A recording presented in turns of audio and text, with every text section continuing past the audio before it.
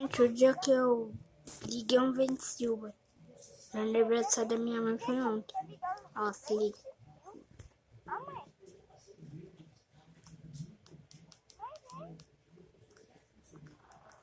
Ó, gente, eu quero ligar, ó.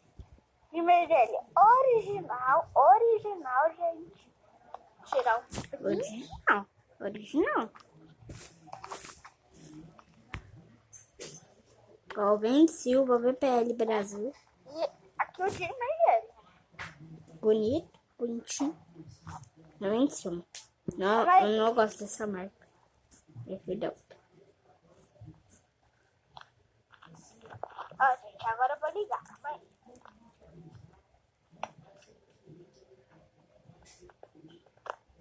Eu posso ligar? Teve uma tomada aqui. Gente, minha mãe me ajudou com a produção.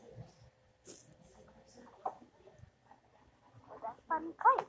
Vai, gente, vou ligar. Ó, vai ligar. Ó, ligou.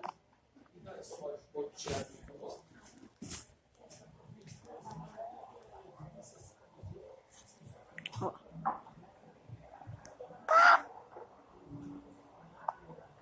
Gente, ó. Ele tá doidaço, ó. Não, é no meu. Hoje. Calma aí, tá. Calma aí, ó. Vou aumentar mais somente um pouquinho. Aí vocês vão conseguir ver.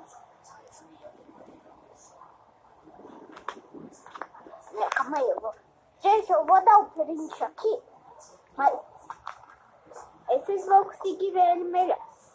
Vente Silva VPL. Ele é de coluna. Posso subir? Aqui, ó.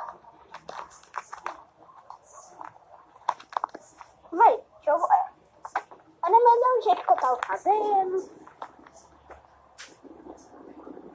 Mas tá só mais um pouco. Eu tava com medo dele cair, porque ele tava muito desbalanceado, vocês.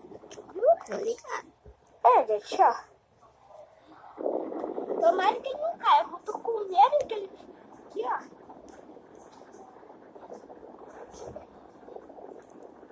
Tá, gente, eu vou desligar.